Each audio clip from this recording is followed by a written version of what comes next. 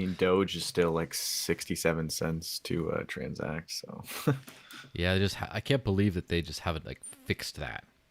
You know, yeah, it just it seems also it does 67 times the price of fees. So yeah, pretty much. It seems yeah. trivial to fix it too because it doesn't have to cost that much. They just have to update their default fee to like not be a Doge. So Mm. it seems like absolutely ridiculous that it's still like that. But it just I wonder how many Doge investors, or more importantly, Doge infrastructure investors, are getting burned now because they bought the hype that Doge is going to be used as a cryptocurrency. And Yeah, yeah, and all they had to do was just kind of like check the fees and stuff, and because I've been hammering this uh so huh. long that like the only use case for Doge is as a currency, but it's not comparable at all to any of the other alternatives, Hmm. Dash, Litecoin, Bitcoin Cash, like yeah. And more importantly, it was just Elon tweet hype. And Mm. now, like, what is there? But yeah, anyway, that's a good little. We have a couple of people watching already. So, hey, if you got the Doge chat, you got the Doge chat. Little bonus extra content. Happy Friday, everyone. Let me hit this intro real quick and we'll roll right into it.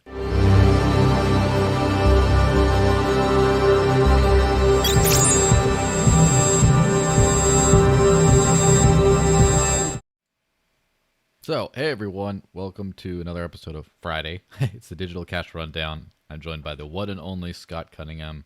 How have you been, man? I've been good. How have you been? Pretty good. Your video quality is always the best of anyone. Well, it hasn't always been the best, but it's always been decent. But now it's clearly the It's a little best. laggy, but Yeah, at least it looks nice. that's why I just need to get a better computer. This laptop is not going to cut it for forever or for very long. But yeah, you know what? Crypto pumps a little Fair bit. enough. I'll explore that. For everyone watching, uh, if you're watching on, Periscope, they call it, but Twitter, whatever, Twitter, Facebook, YouTube, etc. I'm also live stream on Odysee, which is the place I'd rather you guys watch on because it's cool and decentralized, or Odysee isn't, but the platform under it is. But yeah, and the link should be in at least the YouTube description. But wherever you're watching, happy to have you guys on. And it's I would say it's been like a crazy week of crypto stuff, but not really. I mean, there's a ton has happened, but in not in a non-headliney sort of a way. But Hmm. one thing I didn't even plan on talking about, but you mentioned, was the EIP was at 1559 kicked in, Yeah. and Ethereum fees essentially went like way down, didn't they? I guess for like a bit, and then Or now, they didn't at now they're all. back up. Yeah, Yeah. So do you know EIP 1559 very well?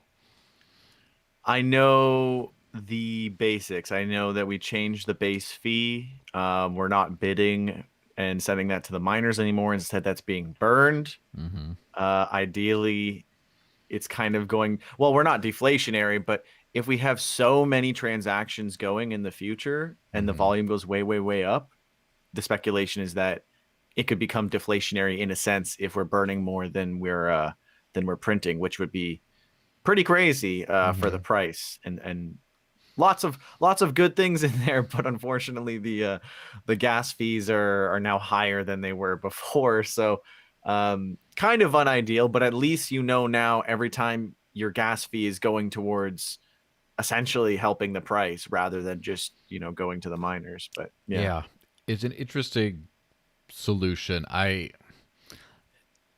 So it's interesting because first off, a part of it reminds me of two things which are essentially the same thing, which is SegWit and then the meme of like the power strip plugged into itself, of like let's do something like this to like solve scaling. And it's like Yeah. it seems like so upon I guess looking at it a little bit more, this seems like a net good thing. I was very skeptical before, but I looked at it, I'm like, this is actually a good thing. The thing is, I don't think it does Mhm. anything for the intended purpose of, you know, Yeah. scaling. Yeah. Because Exactly. first off, like all you do is you burn the fees instead of give them to the ultimate person. And that doesn't do anything for the scaling at all. You know, Yeah. it's like, well, there won't be a fee market and bidding, so therefore, miners or block producers, whoever the block producer will be in the future, you know, they won't do anything. But it didn't do anything to that effect because I didn't understand how it changed to begin with. But what it did do Hmm. is it put deflationary pressure on Ethereum, where when you pay before you paid the producers, and then they would keep the fees and then maybe sell them for whatever. And now it just takes those out of supply, so out of circulating Hmm. supply. So then it just makes the money more scarce with more usage, which is kind of interesting because obviously being more scarce, possibly even deflationary, makes it more valuable and attractive as a store of value. But at the same time, like if it gets overused and becomes over like deflationary, then no one wants to spend it because it's more valuable to hodl, and then it starts inflating again. So it is an interesting economic mechanism where it kind of self-regulates on that thing. So I think it's a pretty interesting Hmm. thing. I just don't think it does anything for scaling whatsoever. And people that said it did were just like, I mean, there's no more transactions going through right now, and the fees Yeah. have not really changed. In fact, they might have even gone up. So that's Hmm. none of my Yeah. business. I mean, what I thought was really interesting is that at least it will disincentivize like bot front running on Hmm. bids because the miners aren't going to get those fees now. So they would actually lose money to be like doing any kind of botting or anything like that.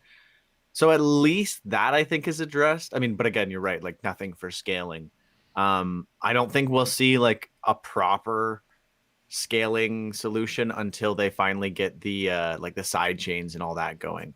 And then we can actually see some like legitimate scaling. I mean, they're saying Q1 2022 for fully to transition to ETH 2.0, so fingers crossed it doesn't take like years and years.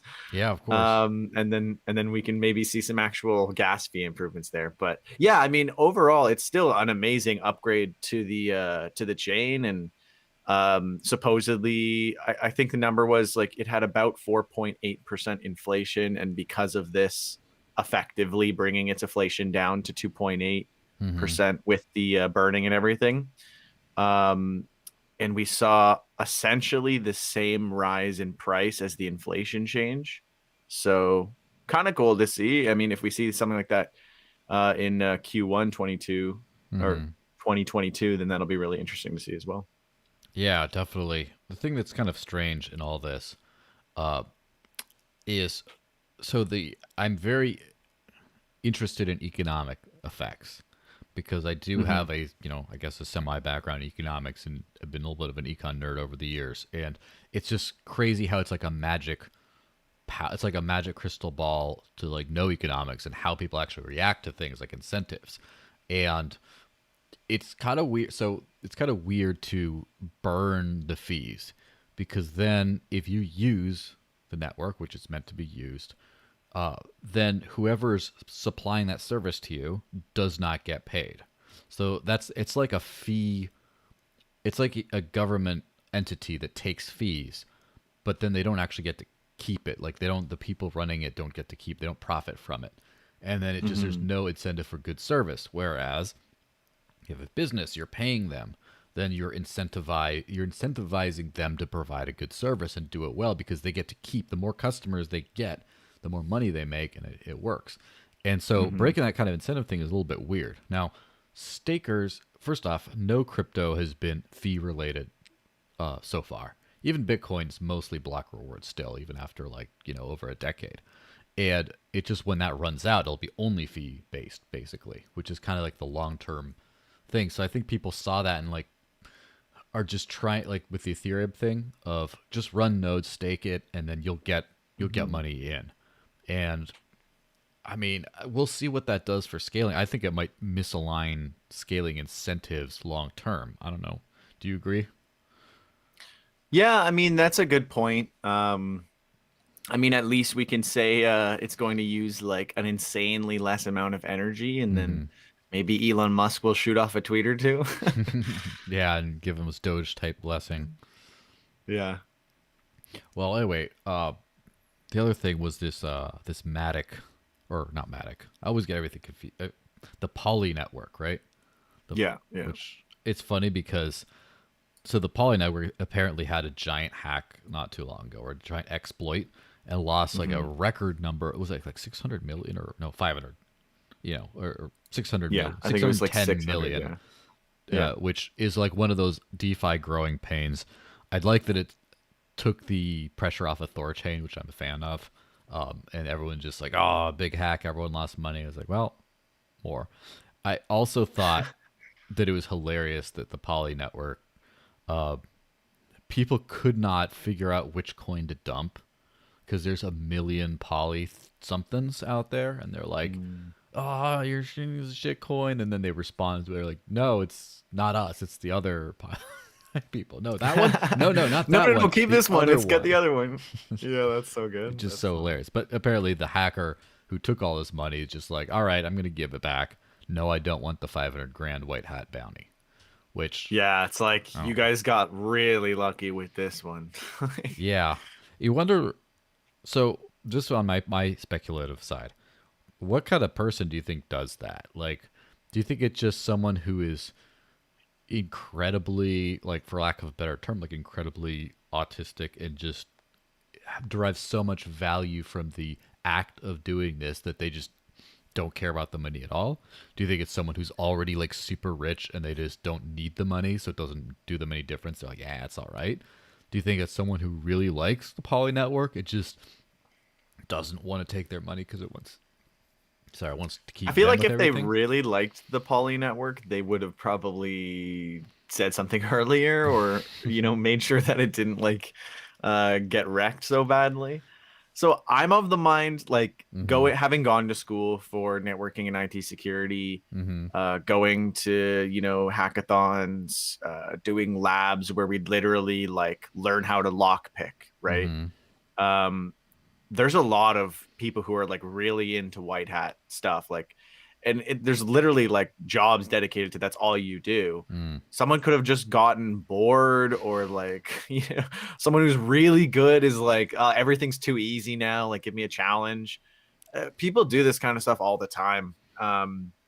And for someone to just give all the money back, either they thought like maybe this is too traceable and like they're gonna find me anyways if I don't like do something here, or they're just like truly a white hat hacker. But yeah, I mean, again, just super lucky for them that that they decided to give it all back, and yeah, kind of solve those issues. What I thought was really interesting is that the 23 or 33 million tether or whatever Mm-hmm. just got frozen by them, which is always interesting to me, that they can actually just like freeze funds and do stuff like that, and it's like I mean, old school kind of fiat sketchy. and new school fiat are still fiat.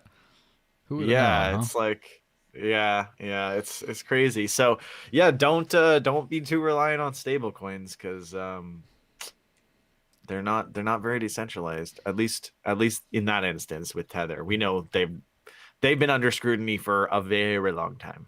Yeah. Um, T- Tether's just like it's the oldest rant item in the book, where Yeah. people are either like, oh, everyone's flooding Tether, blah, blah, blah. If you love Bitcoin for some reason, you love Tether, which is very strange how that goes hand in hand. Or then a lot of Mm. people are just like, it's a big house of cards, it's a scam, it's about to collapse any point. And I mean, I don't know if it's about to collapse at any point. I just don't trust it long term. But it's kind of Hmm. weird. Like, one of my favorite things I've ever seen is people in like their Twitter bio, like unironically describing themselves as a stablecoin investor. I invest in Oh yeah, stablecoins. yeah, yeah. I'm just like, Yeah, it's like, are you what? a fiat investor? Like, You just want to buy the crap version of fiat. Like, you're not even buying at a discount. You just like yeah, getting the worst. It's like that is like the dumbest thing I've ever seen. But yeah. You're just really risking it if you're just throwing all your money into stable coins and thinking that's like the best bet. yeah, I Yeah. mean, I think there is some nuance there where some stablecoin projects do offer like returns on the stablecoins where you wouldn't be able to get that with Mm. straight fiat, and you're like, well, I don't risk the ups and downs. I just get percentages back or something. But Anyway, Yeah, but that's probably still like lending or whatever, anyways, yeah. which is sketchy in its own right, unless you're doing true DeFi lending, which is Also, very scarce and hard to find compared to what everyone's actually using, which is all CeFi, BlockFi, yeah, Celsius, Nexo. Yeah. that's the thing is it's all like DeFi, like it's if it's not DeFi, it's sketchy, and if it is DeFi, it's still Yes. sketchy. Like it's a Yeah. different kind of sketchy, you know. Yeah, you just have to make sure it's really DeFi because every time I hear DeFi now, it's like, yeah, like Binance has staking and that's DeFi. I'm like, well, no, it's just basically you call it staking, but it might as well just be lending. They're taking it from you, so Yeah, you know, and yeah. to sort of tie it into a point we'll get on, not next, but later, it kind of the whole regulatory pressure coming down on the space is kind of something that can separate the real DeFi from the fake DeFi because if you can be regulated out of Mm. existence, you aren't really DeFi, right? If Yeah, did you see that Uniswap was forced to like remove like 30 coins or something? I saw that they did, I didn't know they were forced to, but yeah, they were. Well, yeah, sorry, I don't. I guess I Yeah, don't know if it was forced, but they were like asked to do it and they complied. So like, yeah, in my mind, that's kind of almost the same thing, but yeah. like maybe just like Well, that's they the were like thing. I saw they did it. I didn't know that someone asked them to. I thought they just like, we don't like these coins or whatever. But Unis, because a handful of them were tokenized stocks. So I thought that was kind of like part of the issue, like that it was.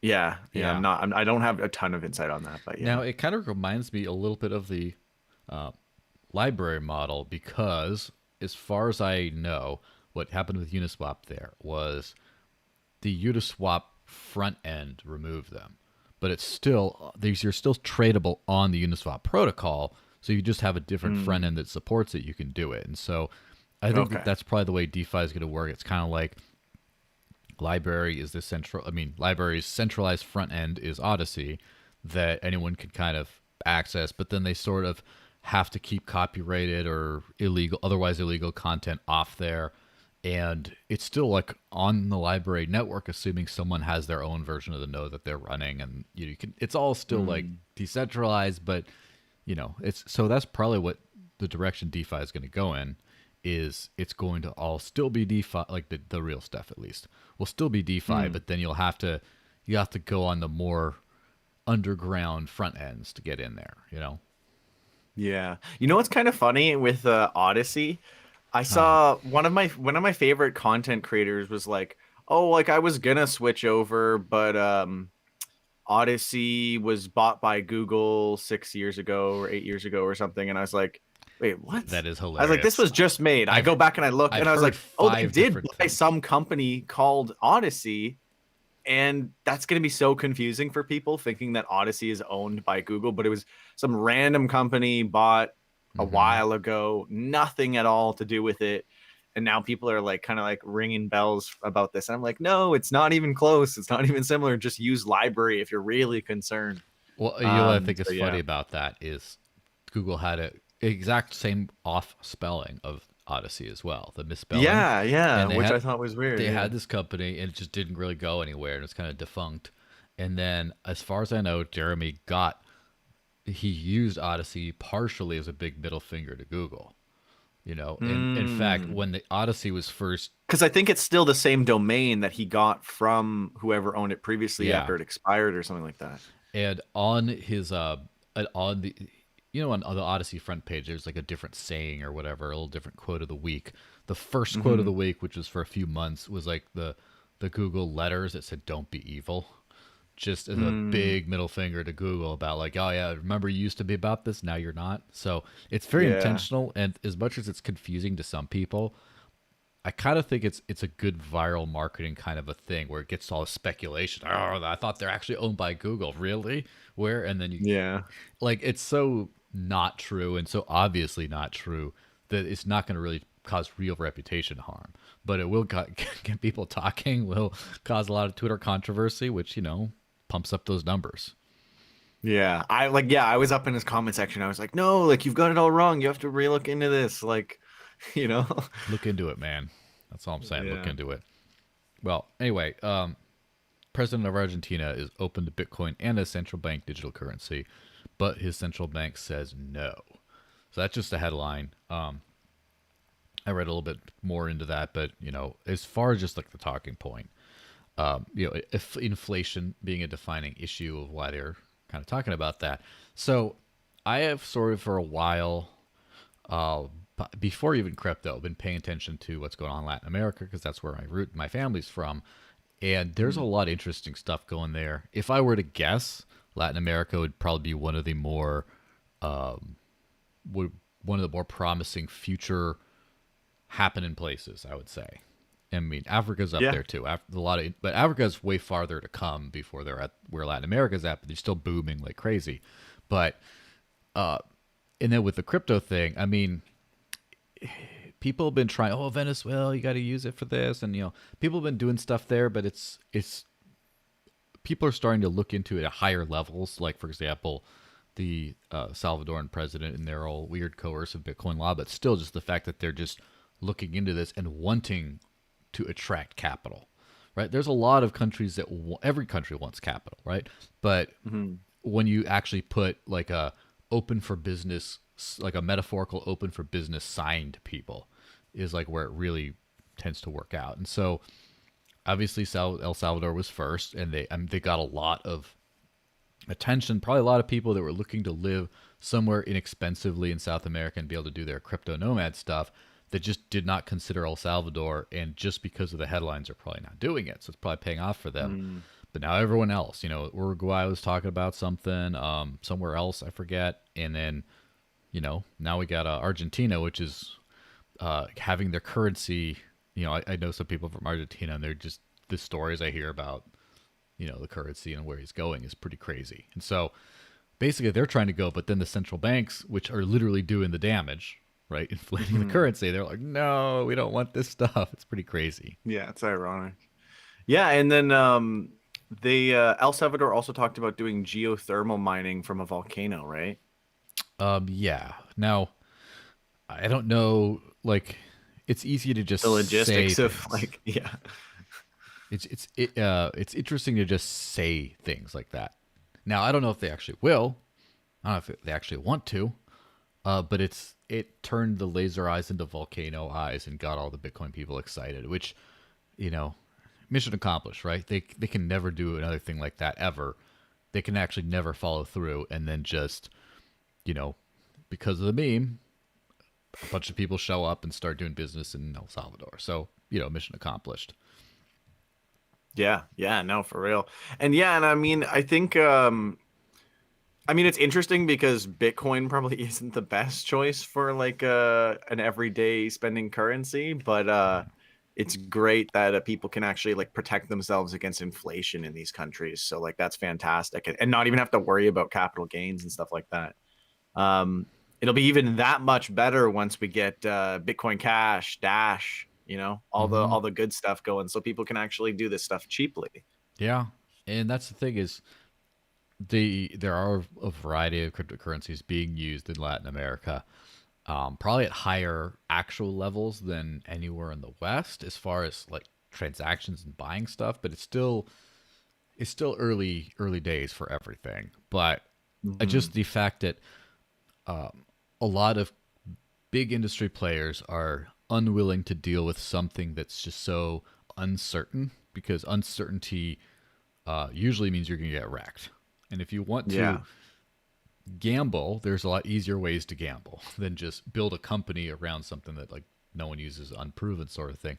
So when you have things like governments basically giving a go ahead, that really, even though I don't believe the government's need for just about anything, but like just that the person in the higher place kind of thing doing this stuff does send a good message and gets people interested.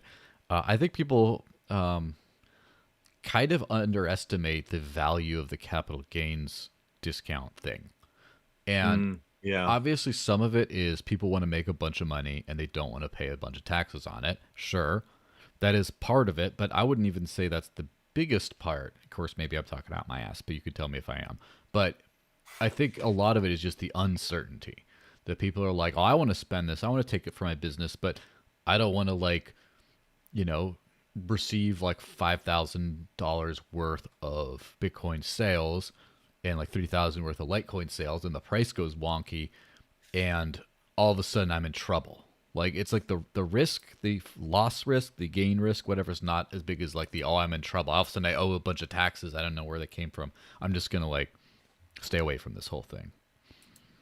Yeah, yeah, no, that's true. And I mean, even just for not even just to not have to deal with like paying the capital gains tax, but also not even having to worry about just every transaction you make having to deal with the tax related to that. Because then it's just like, you're just spending normally. So yeah, I think yeah, there'll be things to consider, but I think it'll get a lot easier once we get some other coins Mm-hmm. in the same basket essentially. Yeah. So this is something else I saw, which again the headline is just more of a talking point kind of thing.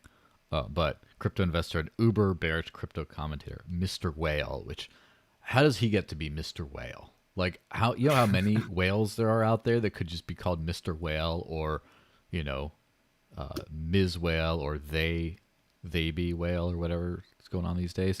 But he's basically just saying that NFTs are like a big old money laundering operation.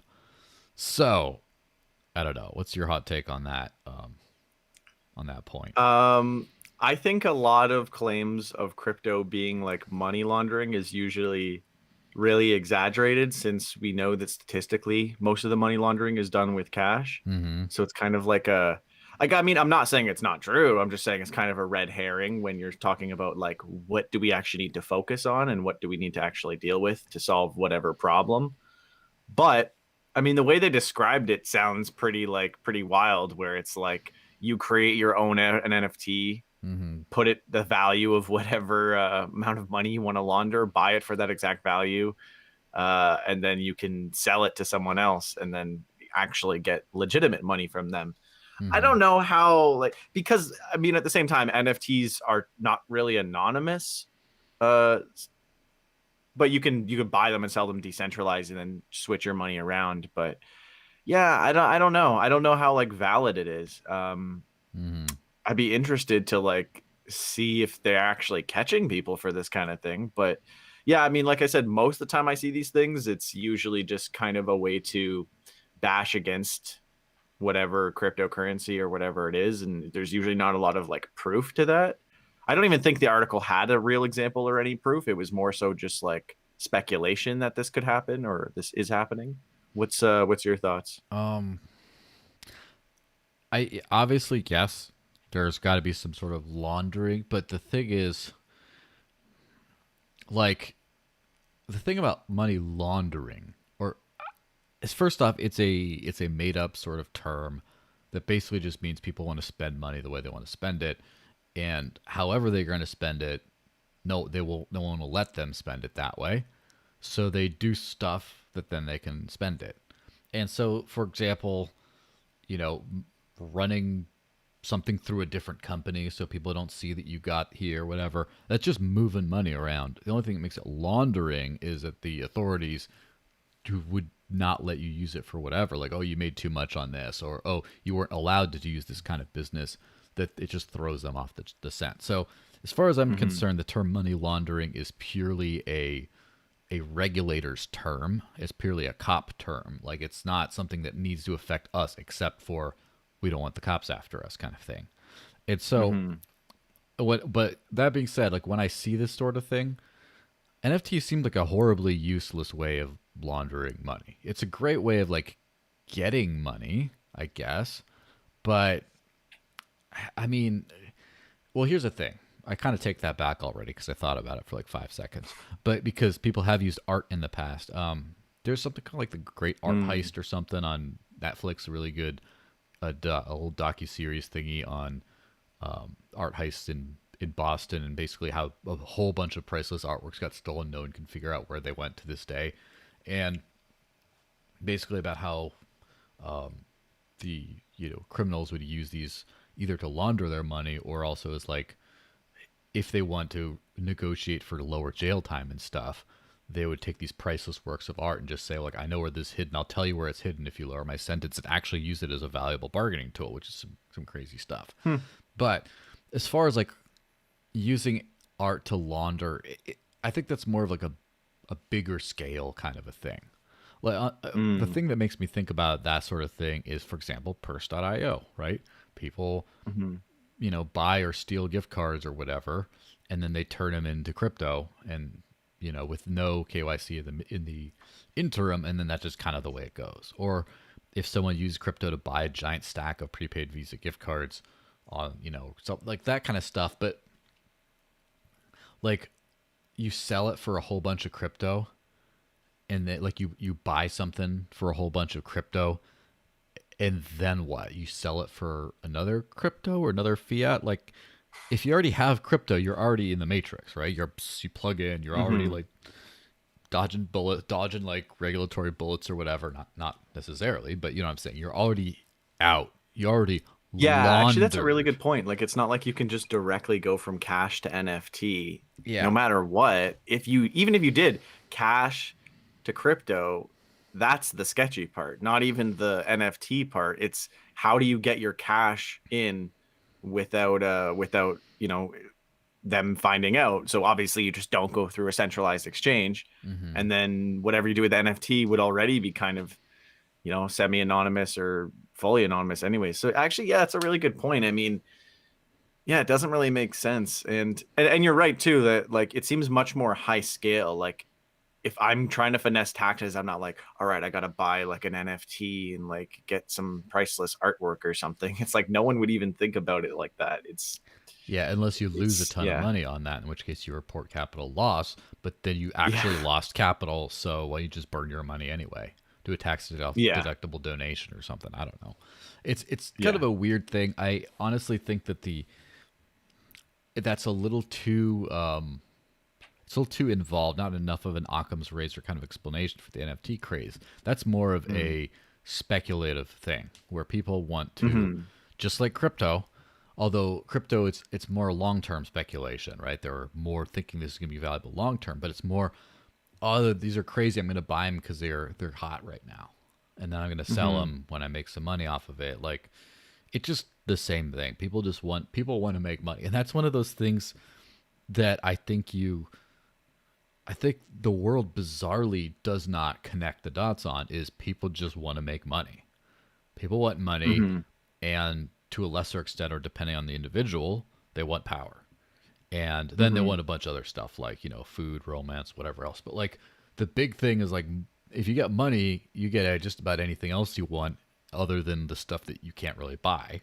And so Hmm. people want money. And so what do they Yeah. want FTs for? Oh, money. Like, why not? Why overcomplicate it? That's probably what people are in it for. Yeah. Yeah, no, and I mean that makes a lot of sense. And at the end of the day, people are gonna do what they need to do. And I just don't think that a lot of the like it's kind of just one of those arguments that Mm-hmm. people throw at cryptocurrency to discredit it, like energy, right? Like you'll Mm-hmm. say, like if you don't like Bitcoin or you want to find an easy way to like go against Bitcoin, you say it uses too much energy. If you Mm-hmm. don't like Ethereum, you could say, okay, well, these NFTs are actually, all run by the mob and the mafia, and they're all money laundering and it's all criminal activity. It's like, but this is all just like stuff that you're saying. Like, it's not like they were like listing examples or evidence or anything. It was just like, Mr. Whale says so, guys. Yeah. Um, Who elected you, Mr. Whale? I mean, Jesus. yeah, so it's like whether it's NFTs or secretly money laundering, or people are saying, well, like Bitcoin uses too much energy. It's like they're always avoiding the real problem. Like Mm-hmm. if you really have a problem with money laundering, why don't you deal with the actual money laundering problems, not Mm-hmm. say, well, this might be happening with Ethereum NFTs or whatever. Or if you have an actual issue with energy use, you don't say uh Bitcoin is the problem. You look at like something like gold mining, which is 100% diesel, and like, Mm-hmm. or whatever it happens to be. Not that I'm saying things can't be improved, but if you're actually concerned about the problem, don't find some like niche little small thing and then zoom in on that and pretend like that's actually the problem when it's really just something you want to go against. versus like actually trying to solve a problem. You look at the actual problem and then you solve that actual problem. Yeah, and also this Mr. Whale person who I'm doubting more and more that he's a whale every day because his lack of understanding on crypto. Most NFTs are Ethereum, right? And they or similar to Ethereum networks. And remember when people thought that Bitcoin was anonymous and then they realized it's Mm, extremely traceable? But Ethereum is 10 times more traceable since you don't, it's not a UTXO blockchain. You don't have little different coins. You don't get a new address every time. It's just one address. It's the most mhm. annoyingly transparent thing in the world to where like anyone could see how much money you have. And like, I remember back in the early days of people are getting those like unstoppable domains or .eth addresses and stuff, their usernames, and like, oh, and they're all putting in their Twitter bios, oh, I'm like nick.eth or whatever, and then people are looking up, they're like, I know exactly how much money you have, dude. It's just like, oh yeah, this is the money laundering tool. This is the thing that we're going to use to launder a bunch of money with. Okay. Yeah. I mean, you can use stuff like, what is it called, Tornado Cash or whatever, the little tumblery thing, ETH contract thing. But Yeah, yeah, still, yeah. it's like you could do that once, but then it just you have to like do nothing but that, and it just becomes horribly expensive, and it doesn't work out. Like if people are doing like Monero NFTs or something, which I don't even know how that would work, or I don't know if you can't really do like explore like a Monero NFT Explorer probably wouldn't even work. Like I don't think you Mm. can make it work, but I mean, that at least makes sense because you don't have to do anything with it to when you send and receive it. It just becomes really difficult to trace, and then that would make more sense to me at least. Yeah. Yeah, yeah. I mean, NFTs are an interesting market. And it's funny because I think it might have been the last time we talked where we talked about how, Mm-hmm. I think it was the last time we talked. We talked about how in the future people might end up getting caught for tax on whatever NFT stuff they were doing in the past, thinking that it wasn't going to like catch up with them or that it Mm, didn't really matter right now, but they could get regulation in the future. There's people who are doing NFT books, NFT music, and who knows what they'll end up saying for that stuff in the future and how that's going to affect taxes or whatever it's going to be. Uh, yeah, there's a lot to discover and to still happen in the NFT space. I think it's still so young. I think mm-hmm. we won't even see like the real NFT craze until we get like more of the like tokenized real estate, more of the like actual popular video games integrating blockchain stuff versus blockchain games being built specifically for blockchain stuff. And I think that's cool and great, but I just don't think it's realistic that we're going to have everyone like quit like Call of Duty and just play like Splinterlands or whatever it happens to be. Not like, again, Mm-hmm. cool stuff, but I just don't think it's not like mainstream appeal. So we need like Fortnite to have blockchain skin NFTs, and that will be like game changing. Yeah, it's funny because um, it's just purely on a testnet thing, so it's not like live. But someone made some Dash Minecraft NFT stuff, which is kind of interesting. Oh, okay. So I Yeah. mean, Minecraft is one of those things which is way past my time. I became way too much of a boomer before that came around, and so I don't have a sense on how long that's going to last in the public consciousness anyway. But yeah, people are doing a bunch of cool stuff on that. And speaking Sure. of boomers, let's talk regulation, right? Um, and before we go to the U.S. side, do you know very much of what's going on in Canada, if anything, regarding crypto regulation? Um, I mean, not really. I haven't seen a lot. We're pretty like free and loose, it seems, with like things like NFT. I mean, not NFTs, ETFs. Mm-hmm. Because we did get I believe, the first Bitcoin and Ethereum ETFs. And then I think actually Brazil was either talking about doing one or they did an ETF for Bitcoin. I saw that like last week or 2 weeks ago too. But yeah, in terms of like other regulation, I haven't really seen a lot. I mean, sadly, they did audit CoinSquare, which is kind Mm. of like our go-to version of Coinbase. And I was lumped up into that. And now I'm kind of like, no more like exchanges that take KYC, like never again. And I'm kind of cracking down on my own usage of centralized services and really just getting away from all that now. Yeah, well, that makes sense. Um, but like no special, no one's talked about like, oh, if you run a you run a masternode or you're staking or something that you got to owe these special things, you got to register as of this. None of that stuff's. Yeah, we haven't gotten any of that yet. At least that I haven't seen. But yeah, it's been a slow news week for me at least. Yeah. So on the U.S. side of things, and the article I sent you to talk about this was going to be on Wyoming, but now it's a 404 on Cointelegraph, and I'm too lazy to look up if they changed the link or whatever. But Yeah, apparently all those links are 404s now. I was trying it's to like very, well, it's very strange I because have it must no have idea. just happened because as we were Yeah. chatting today, it just, Yeah. as we were chatting, it just kept on like it working until the last one. But anyway, it doesn't matter. The crypto regulatory thing in the U.S.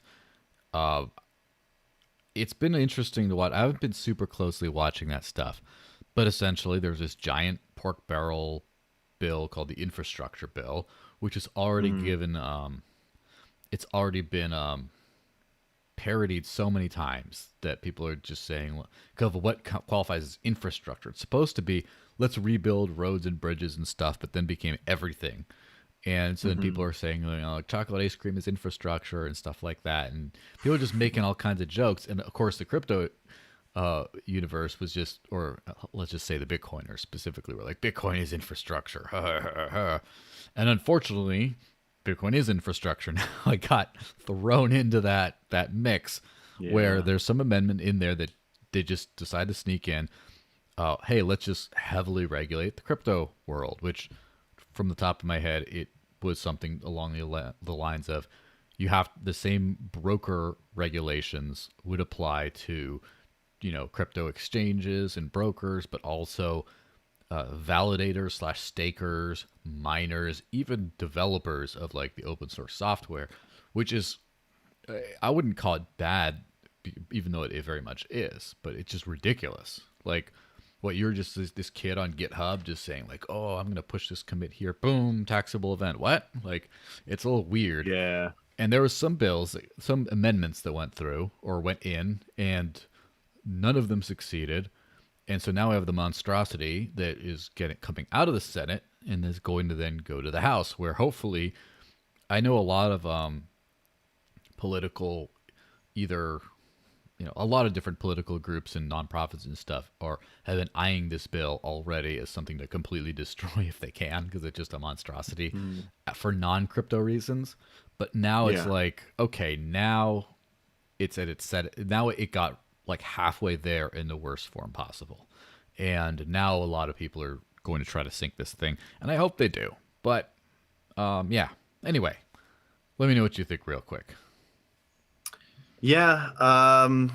It's sad to see these kinds of things. And it feels like that's how it always goes, where they just like slip it in at the last second, or they add some like little last minute amendment where they want to just like change everything that's completely, not relevant. But yeah, I mean, hope like you said, hopefully it gets sunk and then we don't have any issues. But yeah, I mean, sadly I can't look at the article and comment on it. Yeah. Um Well, so I guess what it is things what it is is. interesting is you're talking about like the KYC stuff, which is all Mhm. permission, right? It's all permissioned things. I have for half decade just stayed away from KYC entirely, and 99% custodial things too. I did have some like Mhm. you know semi-custodial staking thingy I did for like one time back in the day. Other than that, then pretty much no. Just out of like a safer principles, man, kind of thing. But it's good practices because you don't know what's going to come down the pipeline. Exactly. I'm interested to see how this thing works. I don't imagine my own life will be very much different. I think that it could have. It could. I mean, it could be. I see it's a bad thing for the U.S. specifically if it Mm. passes, and I don't mean like crypto users in the US necessarily, even though, yes, it will inconvenience or harm a lot of people like that. But crypto is the future, whether it's Bitcoin, whether it's something else, whether it's like CBDCs take over, which I'm not convinced of in the slightest, but something with this decentralized open source type tech that anyone can work on and works anywhere across the world without borders, that whole thing it's the way of the future. It just is going to be the future. And we're seeing places like, again, we're talking about South America just jumping on board, being like, yeah, we can be they're ready. Now, if it gets pushed out of the US, it's not going away. It just, all the businesses are going to move to Switzerland or like, El Salvador, or, Paraguay or someplace like that. Yeah. Just like, well, yeah, Switzerland kind of area or Latin America. And, maybe if they're a little more adventurous, maybe places in Africa where a lot of opportunity, a little bit less like certainty maybe, but still a lot of opportunity. It is going to move forward. And whoever is part of this is going to make a lot of money.